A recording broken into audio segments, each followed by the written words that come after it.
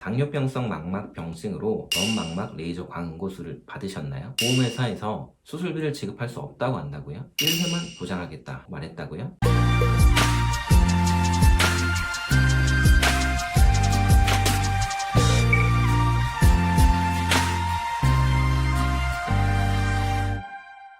안녕하세요 여러분, 변집서TV 한세영 변호사입니다. 당뇨병으로 오랜 기간 치료를 받다 보면 뜻하지 않게 합병증이 발생하는 경우가 있습니다. 그 중에 대표적인 합병증이 당뇨병성 망막병증입니다. 오늘은 당뇨병성 망막병증에 가장 많이 하는 시술인 범망막 레이저 광응고술이 수술비 지급 대상인지 간단히 알아보도록 하겠습니다. 범망막 레이저 응고술은 흔히 이야기할 때 수술이라고 하지 않고 시술이라고 합니다. 병원에서도 레이저 시술이라고 하죠. 수술이라고는 하지 않습니다. 하지만 보험에서 이야기하는 수술과 시술은 일상생활에서 말하는 개념과는 조금은 차이가 있습니다. 간단히 설명하자면 일반적인 수술은 우리의 신체의 일부분을 절개해서 조작을 가하는 것을 수술이라고 합니다. 수술은 회복하는데 시간이 걸리기도 하고 후유증 또는 합병증의 위험이 있을 수 있습니다. 의학기술이 발전하다 보니 과거에는 개복 수술을 해야만 하던 것이 내시경을 이용해서 복강경 수술을 하게 되고, 복강경도 신체에 여러 개의 구멍을 뚫어서 하던 것이 단일공 복강경 수술이라고 해서 하나의 구멍만으로 수술이 가능한 것으로 발전해 왔습니다. 그러한 수술을 해야만 하던 것이 의학기술의 발전으로 신체에 절개나 조작을 가하지 않고 하는 시술로 대체되기 시작했습니다. 대표적인 예로 요로결석에 시행하는 체외 충격파 쇠석술을 시행한다 든지 협심증이나 심근경색에 수술 대신 텐트 삽입술을 통한 시술을 하는 경우 등이 있습니다. 하지만 우리가 시술이라고 부르지만 보험에서는 이러한 치료가 수술로 보아서 보상이 가능하기도 합니다. 보험금이 지급될 수 있다는 거죠. 당뇨병성 망막병증의 범망막 레이저 광응고술도 위에서 언급한 것과 같이 시술이지만 보험에서만큼은 수술에 해당할 수 있는 케이스입니다. 하지만 보험 상품별로 수술에서 제외하기도 했기 때문에 보상이 불가능한 경우도 있습니다. 그러나 수술에 해당해서 보상이 가능한 경우가 생각보다 의외로 많습니다. 하지만 여기에도 보험금 지급 여부로 분쟁이 발생하는 경우가 많이 있습니다. 수술이라는 정의가 보험 상품별로 달라서 발생하는 경우도 있지만 범망막 레이저 광응고술이 일회성으로 끝나는 시술이 아니라 양쪽 눈에 적게는 4회에서 많게는 8회 이상 반복적으로 시행될 수 있기 때문입니다. 전통적인 수술이라면 일회성으로 끝날 수 있는 것이 레이저 시술을 하게 되면 수회에 나누어서 반복해서 진행되기 때문에 보험회사 입장에서는 불필요하게 수술보험금이